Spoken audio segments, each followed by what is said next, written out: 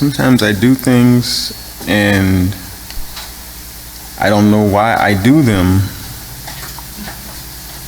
but sometimes they come to me at a time when they're needed, and I really don't know the needs as well as he does.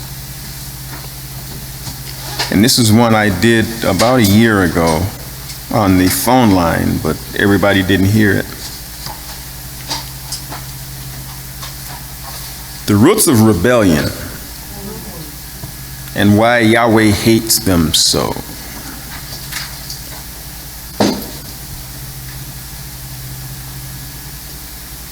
The key to this one is in Zephaniah, but I will go there at the end. Job, the 24th chapter, the 13th verse to begin. Job, the 24th chapter, the 13th verse.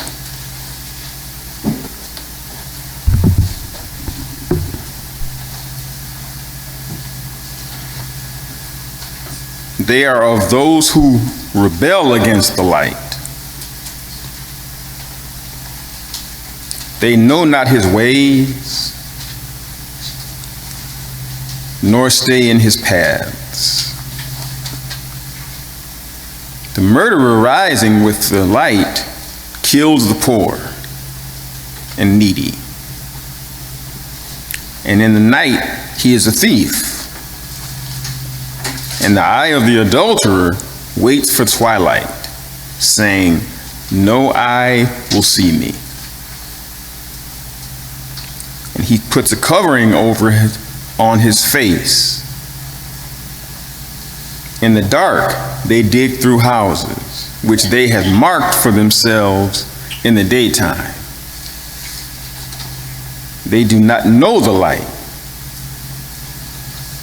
nor do they want to know it.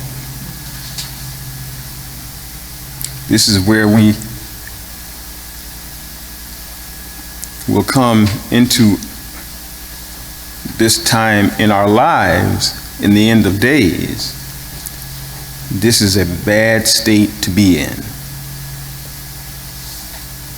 Some don't know why they're in this state, but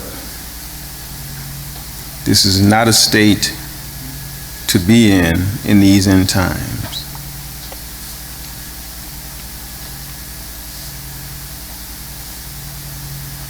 This is where we will come into these times,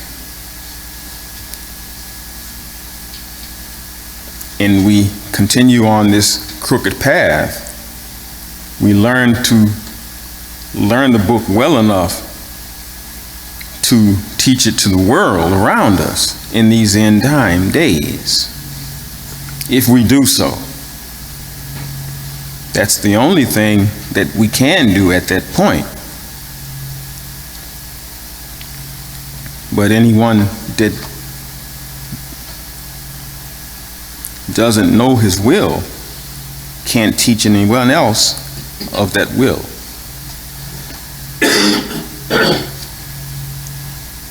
Rebellion is a transgression against Elohim and an opposition to any person or idea that is not their own. It is bitter. It is angry. It is stubborn. It is stubborn. It is contentious. Anyone recognize these as the fruits of the Spirit? They're not.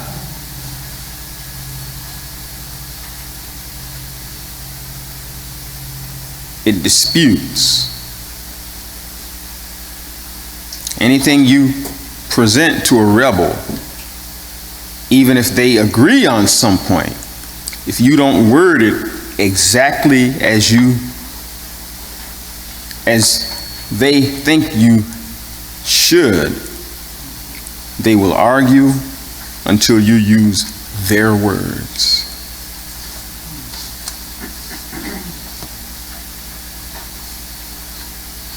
This defies the will of Elohim.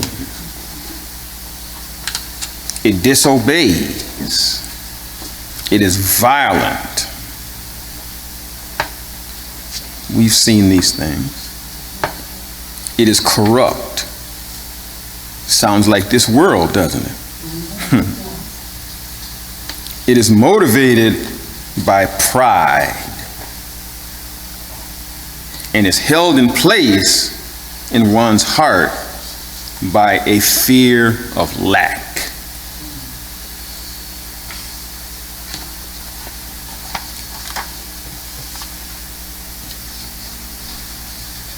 We shouldn't have any fear of lack. Anyone that knows Psalms, the 23rd verse. And if anyone doesn't know it, turn there now. Psalms, the 23rd verse. It goes something like this. Exactly like this. A psalm of David. Yahweh is my shepherd. I shall not want. He makes me to lie down in green pastures. He leads me beside the still waters.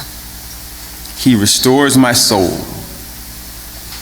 He leads me in paths of righteousness for his name's sake.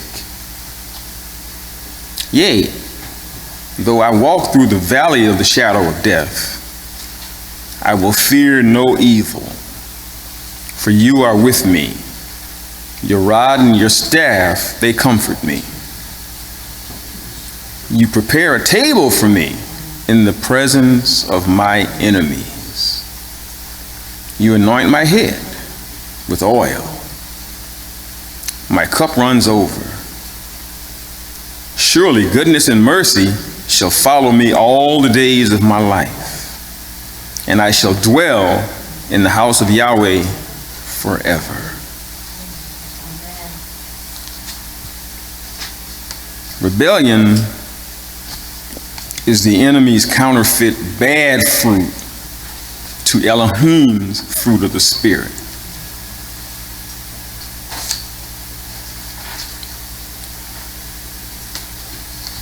Now this you should recognize. Galatians, the 5th chapter, the 22nd verse.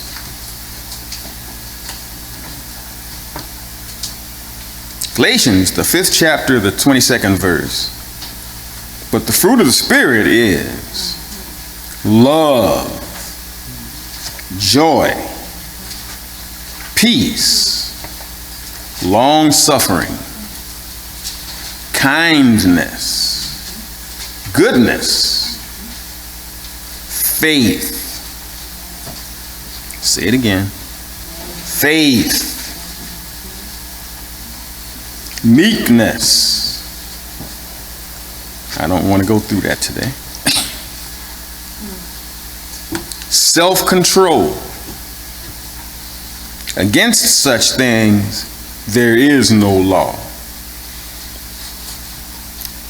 Not saying there is no law, but if you're in this state of mind, you won't do anything against the law.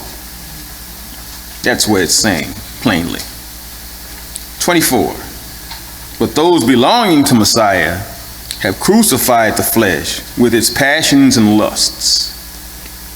If we live in the Spirit, let us also walk in the Spirit. Let us not become glory-seeking, provoking one another, envying one another.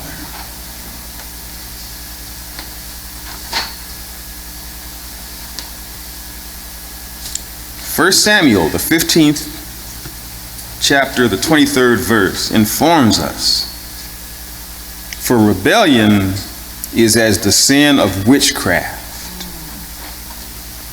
and stubbornness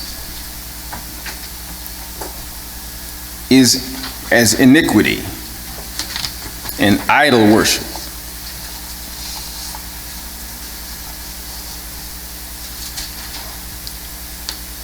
Because you have rejected the word of Yahweh, he has also rejected you from being king.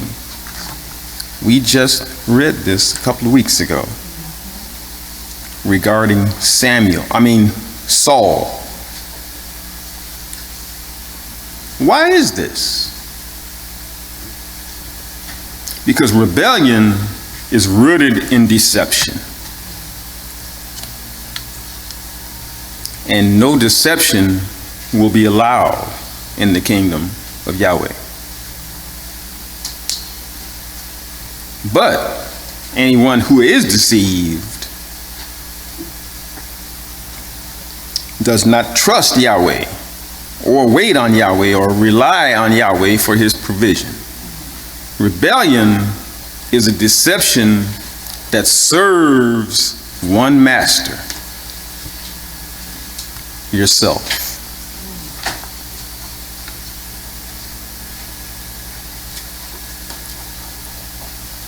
Think of it this way: fear over faith.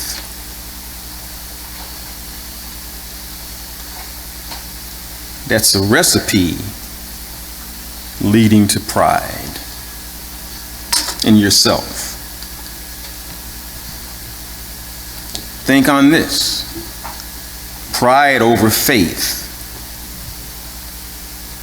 That's a dead end, isn't it?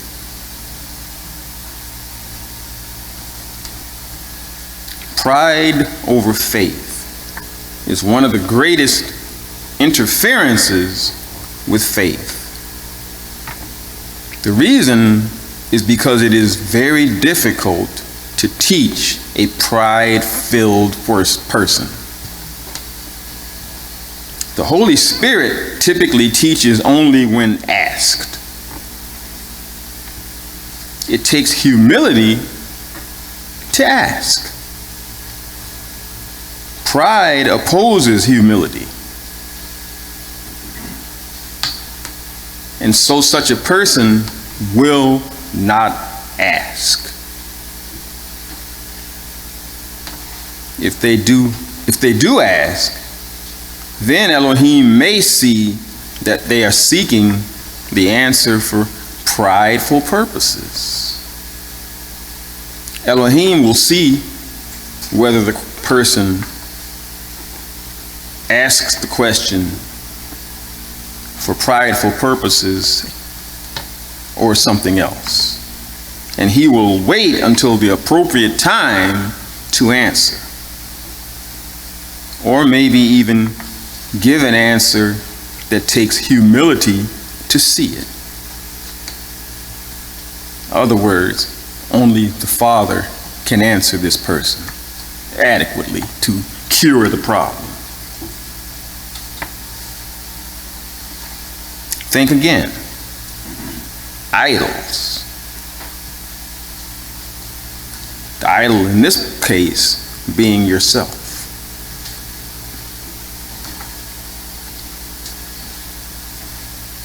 Think of the Israelites in the wilderness.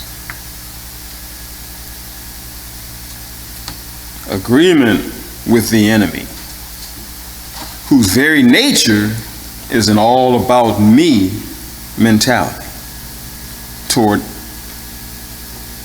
Elohim. Rebellion is a choice of withholding our hearts from Yahweh because we believe Satan's lie that he has or will withhold his blessings from us. Again, is this the lie of lack at work in us? This lie of lack can remain in your memory for years. From as far back, in some cases, as our pre-salvation days. It can reside in a cellar of the heart, locked away so long until you forget it's there, until something happens that rears its ugly head again.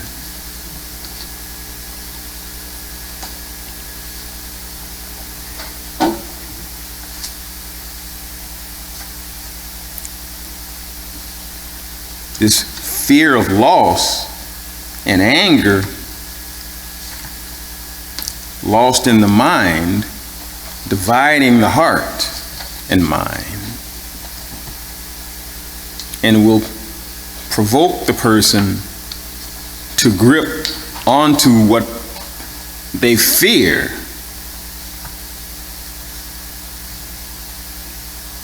and in this fear, it's like they're losing it all again. One way to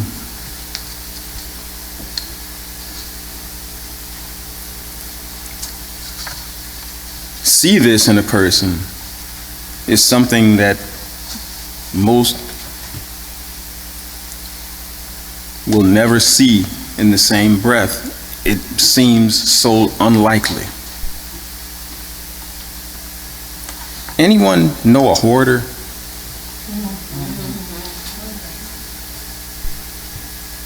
Sometimes rebellion will actually reveal itself as hoarding. People with hoarding disorder excessively save items that others may view as worthless.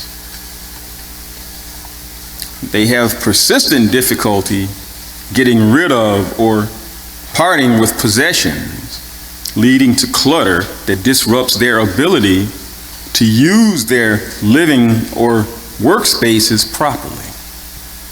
And anyone else immediately thinks of it as a person that doesn't think much of themselves. It's clearly not that, but the opposite.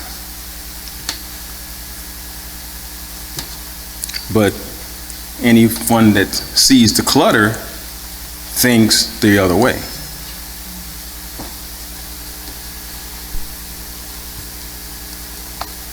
Rebellion is destructive to relationships, as hoarding is, and tasks, because by nature it divides, which makes it counter to Elohim's state of unity and peace. It can affect large groups of people, even an entire generation, at its weakest. Rebellion relents to temporary submission and obedience within a believer's heart. Therefore, it disempowers their love walk and hinders Yahweh's blessings because they block Elohim's grace in their lives. They're so busy piling up things that they think make them more valuable. And the only thing at this point in their lives that is valuable is the thing they run from.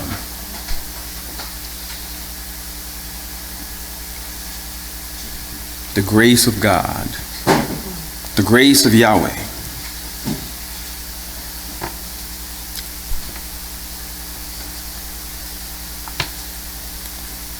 Again, it blocks all grace in their lives. It is a perpetual cycle of distrust in Elohim, which produces this lack. It's not even real lack. It's lack of what you want for yourself. And the more distant you are from the will of Elohim, the only thing guiding you is your own thoughts, your own possessions, the things that make you you in your own mind. But there is a way out. Elohim promises to restore us when we return to him with our whole heart.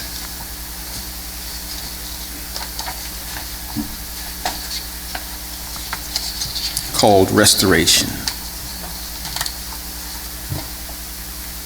Rebellion doesn't just go away. Our souls need to be sanctified, and we must be intentionally led to this state of mind by our own volition. He will not force you to do this. We must take on the courage that Yeshua died to give us and exercise our free will to step out in great faith and hand over to Messiah the dark issues that we hold on to. Secret ourselves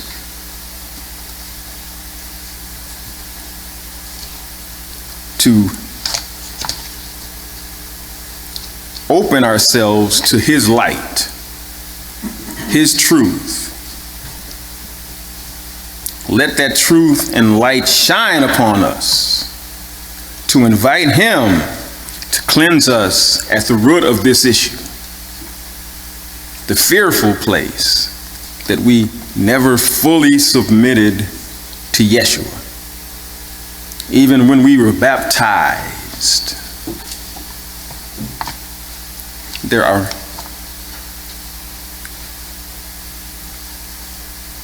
things that are only known to ourselves and Elohim. Saved to that secreted area of lack that we ourselves and Elohim only know of. We must repent of choosing fear as an idol within our hearts, and repent of not trusting Elohim to provide us. What did it say last week? When nothing else is there, the birds will give us a just enough to get through the tribulation.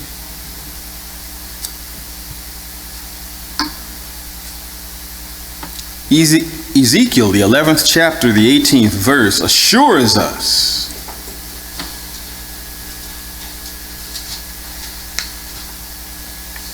and they shall come there, and they shall take away all its hateful things and all its abominations from it.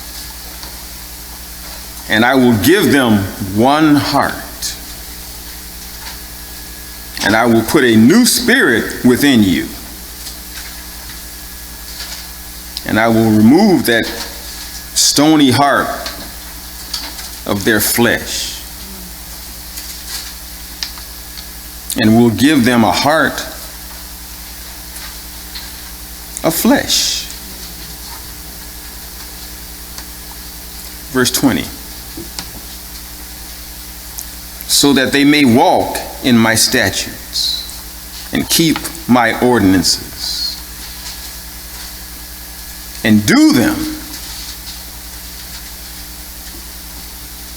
and they shall be my people, and I will be their Elohim.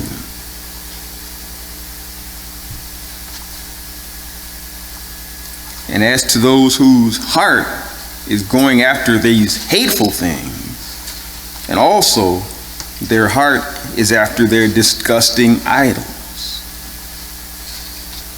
I will give their way on their own heads, says sovereign Yahweh. Wholeheartedness is the only way to win this battle. there are no shortcuts. Anything less, and we will live our lives on earth in a constant struggle of soul and spirit, and wear ourselves out trying to get ahead in our own strength. Go for Yahweh's restoration of heart, and don't lose heart.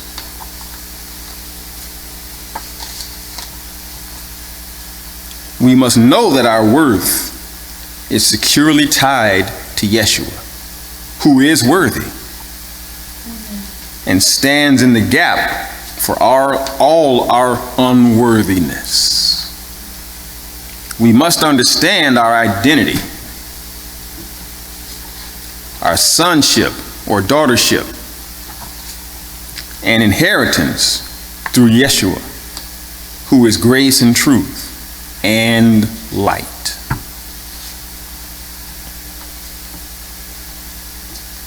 Ephesians, the first chapter, the 5th verse, reminds us, by having predestined us to this adoption of children by Yeshua Messiah to himself, according to the good pleasure of his will. Verse 6, to the praise of the glory of his grace, in which he has made us accepted in the one, having been loved. In him we have redemption through his blood, the forgiveness of sins according to the riches of his grace, which he caused to abound toward us in all wisdom and understanding, having made known to us the mystery of his will, according to his good pleasure, which he purposed in himself, for an administration of the fullness of times, to head up all things in Messiah, both the things in heaven and the things on earth, even in him, in whom also we have been chosen to an inheritance, being predestinated according to the purpose of him who works all things according to the counsel of his own will.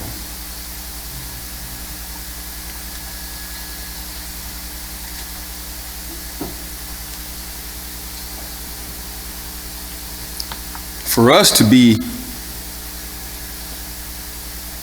to the praise of his glory, who previously had trusted in Messiah, in whom also you, hearing the word of truth, the gospel of salvation, in whom also believing you were sealed with the Holy Spirit of promise, who is the earnest of our inheritance. If you have an inheritance, why hoard things?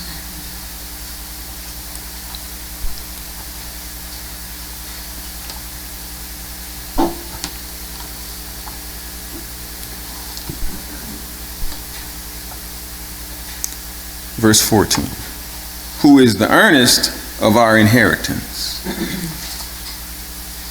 to the redemption of the purchased possession, to the praise of his glory.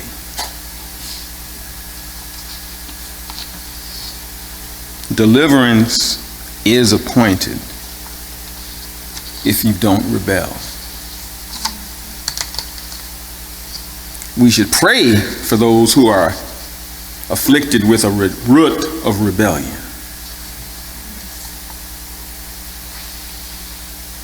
We can't help them all on our own.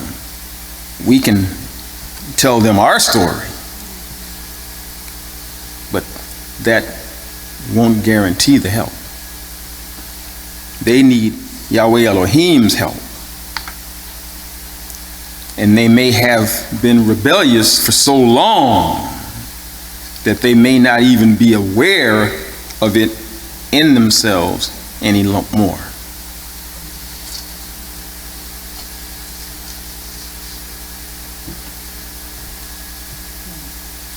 And we have a habit, when you see someone in a state of rebellion or some state that you don't recognize, that's just who they are. That's not who they are. That's something working in them that shouldn't be there. How to detect a root of rebellion in a believer? I can't tell you. Not really. But trust in Yahweh is essential. He knows. It's essential to recognize that the root of rebellion, though, this I do know. The root of rebellion is some level of unbelief. I don't know what level it is. I don't know what's in your mind. That is something that Satan has been doing for years, trying to read our minds. If ever he gets that ability, we are in bad shape. And he's close to it. With the UN's help,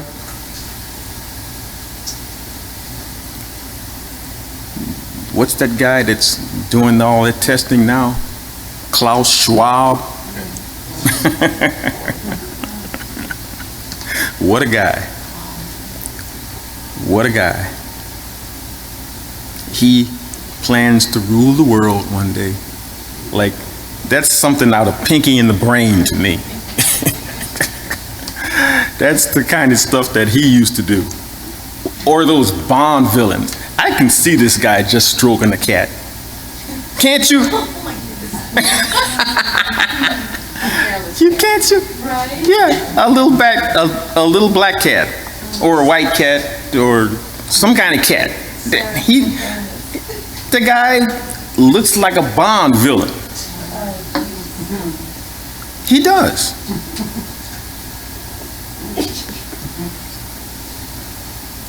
But I'm off the paper again.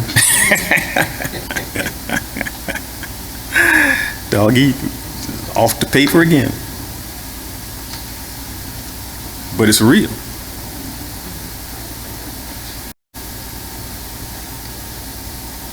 It's essential to recognize the root of rebellion is unbelief. Simply trusting in Yahweh Elohim is not the heart of the matter. It is, but obedience and trust go hand in hand with it. After all, understanding his nature and promises and trusting in them is the way that the Spirit of Elohim transforms us, enabling us to both want to and be able to obey him unquestioningly.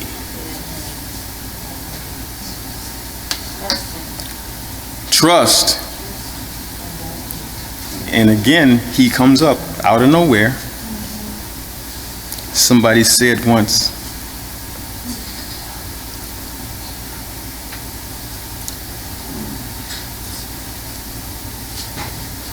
the brain point in the right direction, the body will follow.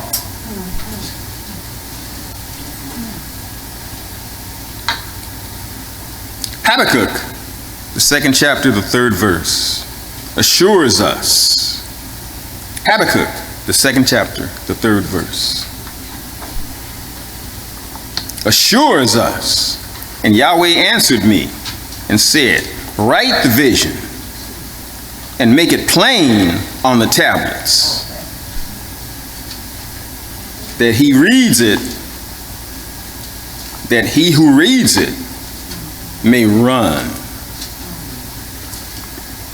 For the vision is still for an appointed time, but it speaks to the end, and it does not lie. Though it lingers, wait for it, because it will surely come. It will not tarry.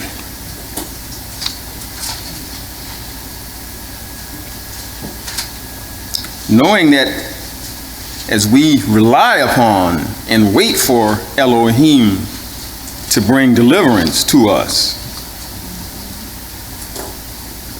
those who are rebellious also, he will do a work in them to deepen their trust in him.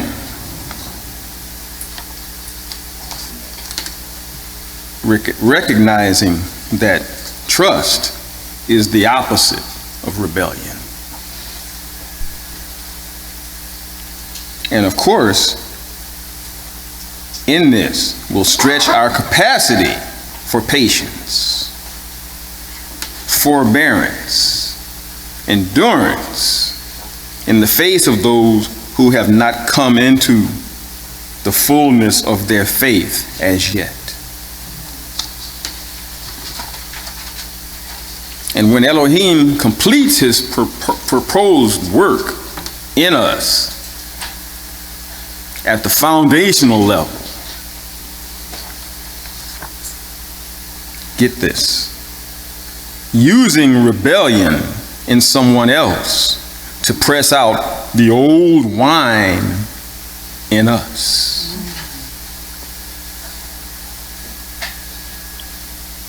Sometimes the best thing we can do is be a bad example.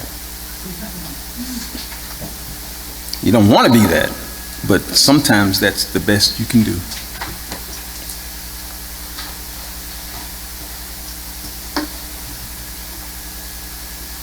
And when Elohim completes his purposed work in us at the foundational level, using rebellion in someone else to press out the old wine in us, he will bring forth deliverance and justice and cause us to overflow with righteousness.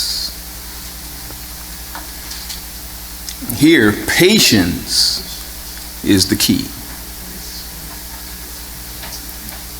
Elohim's strategy to counter rebellion is patience, which again is a fruit of the Spirit. Repeat those again for anybody that didn't get them the first time. Galatians, the 5th chapter, the 22nd verse.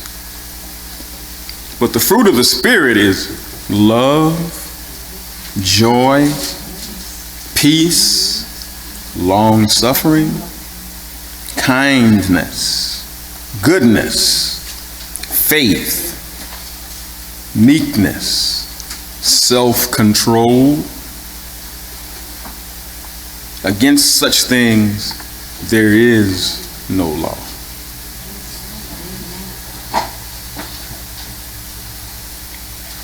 Patience trusts Yahweh.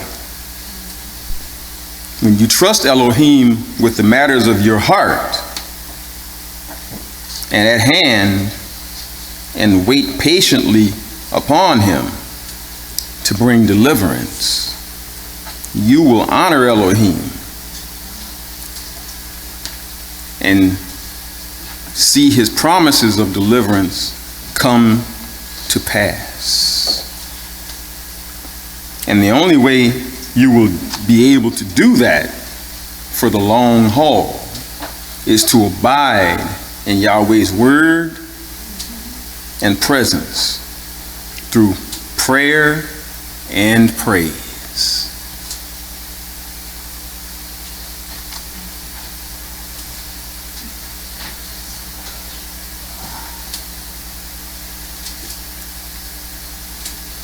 Again, prayer and praise it when it comes to you. And it will come to you when you give him full reign in your life. Being slow to anger is Yahweh's battle strategy for anyone who is in relationship with a person who has a root of rebellion. As we see in Proverbs, the 15th chapter, the 18th verse.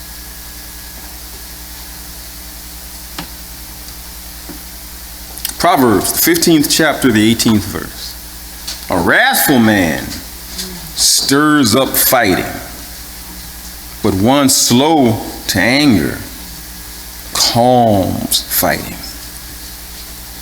Likewise, patience, waiting long, is Elohim's battle strategy for dealing with the arrogance and violence of rebellion as we see it in Ephesians, the 4th chapter, the 1st verse. Ephesians, the 4th chapter, the 1st verse. I, therefore, the prisoner in Elohim, beseech you that you walk worthy of the calling with which you were called, with all lowliness and meekness, with long suffering, forbearing one another in love, endeavoring to keep the unity of the Spirit in the bond of peace. There is one body and one Spirit, even as you are called in one hope of your calling. One Yahweh, one faith, one baptism.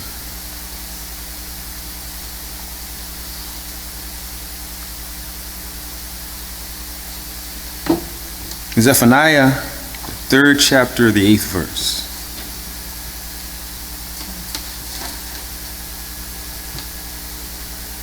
Zephaniah, 3rd chapter, the 8th verse. Therefore wait for me, a declaration of Yahweh, for the day of my rising as a witness. For my decision is to gather nations, to assemble kingdoms, to pour out my wrath upon them, all my burning anger. The word wrath signals that this is an end-time prophecy, lining up with Revelation 18. You can read that on your own later, but it lines up with this completely. For by the fire of my anger, all the land shall be consumed. Verse 9. Because then I will make the speech of the nations pure.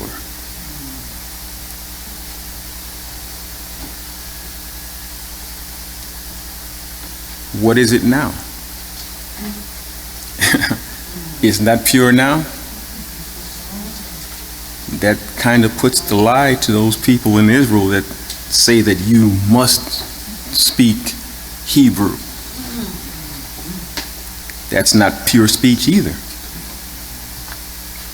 Because then I will make the speech of the nations pure.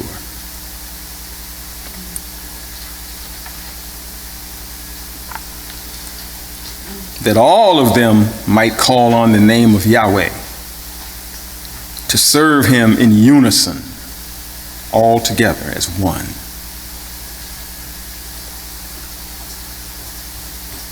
Verse 10. From beyond the rivers of Cush, my worshipers and the daughters of my scattered ones shall bring my offering.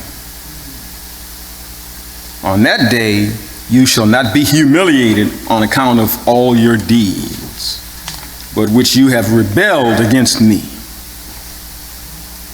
For then I shall remove from your midst those exulting in your pride. And you shall no longer be haughty in my holy mountain. And I will leave in your midst a people afflicted and poor. And they shall take refuge in your name. Nope. In the name of Yahweh. The remnant of Israel shall do no wickedness. That's new. They shall not speak deception, nor shall a deceitful tongue be found in their mouth. For they shall graze and lie down, and none shall frighten them. What did they say was one of the reasons for hoarding? Fright of loss, of lack. None shall frighten them. 14. Shout for joy, O daughter of Zion. Cry aloud, O Israel. Rejoice and be jubilant. And with all your heart, O daughter of Jerusalem. Yahweh has annulled your judgments. He has turned away your enemies. The King of Israel, Elohim, is in your midst. You shall no longer fear misfortune. Nothing to fear anymore. No reason to rebel. And some still will. That's them. Verse 16. On that day it shall be said to Jerusalem, fear not, O Zion. Your hands shall not hang limp. Yahweh your Elohim is in your midst. A mighty warrior who saves. He shall rejoice over you with joy. He renews you in his love. He will exalt over you with singing. I will gather those of you grieving on account of the feast. They were raising against her a reproach. Behold, at that time I will deal with all your oppressors. I will save the lame and gather the outcast. I will change them from shame to glory and renown throughout the whole world. At that time I will bring you in at the time of my gathering you together. For I will make you renowned and praised among all the nations of the earth, when I restore your fortunes before your eyes, says Yahweh.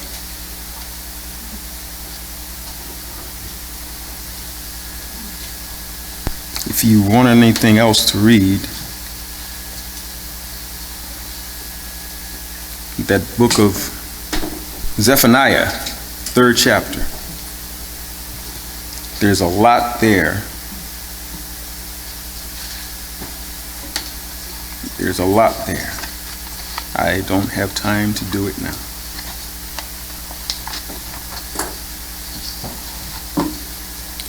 But the only ones this is a good day for are the ones who are in his good graces at the time of his story.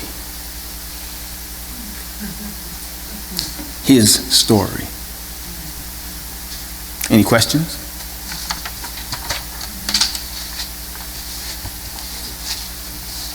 Any questions?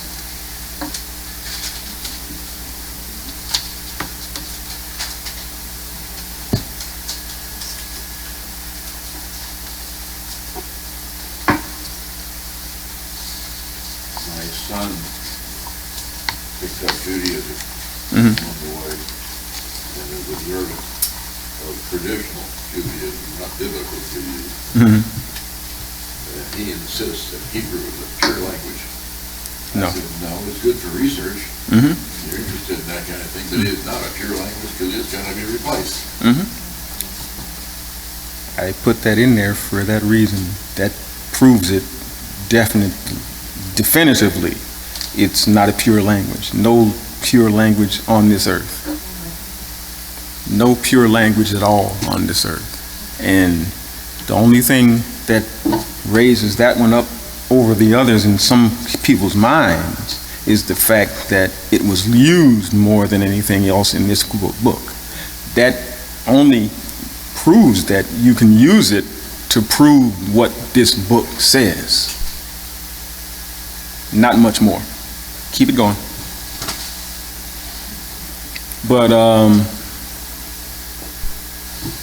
so many nowadays, especially, you don't speak Hebrew, they say something's wrong with you.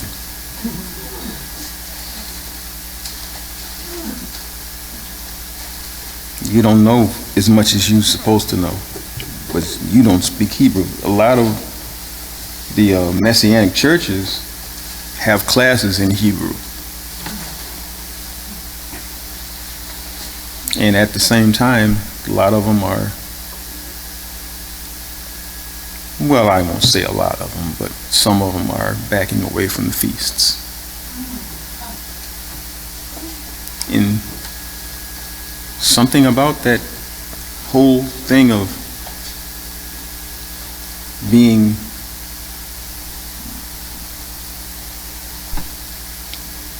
Hebraic in nature, it does the same thing to them that some of the Armstrong teachings did to some of us. And I didn't really understand much about this book until I jettisoned some of that stuff. And everybody has something that they got to jettison in their lives to get to this point. Everybody, I don't sit here and know what that is for you, but everybody has to do something to get back to here.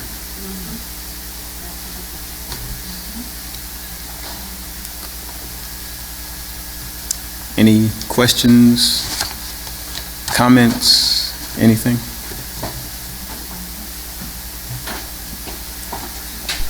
That's all for me.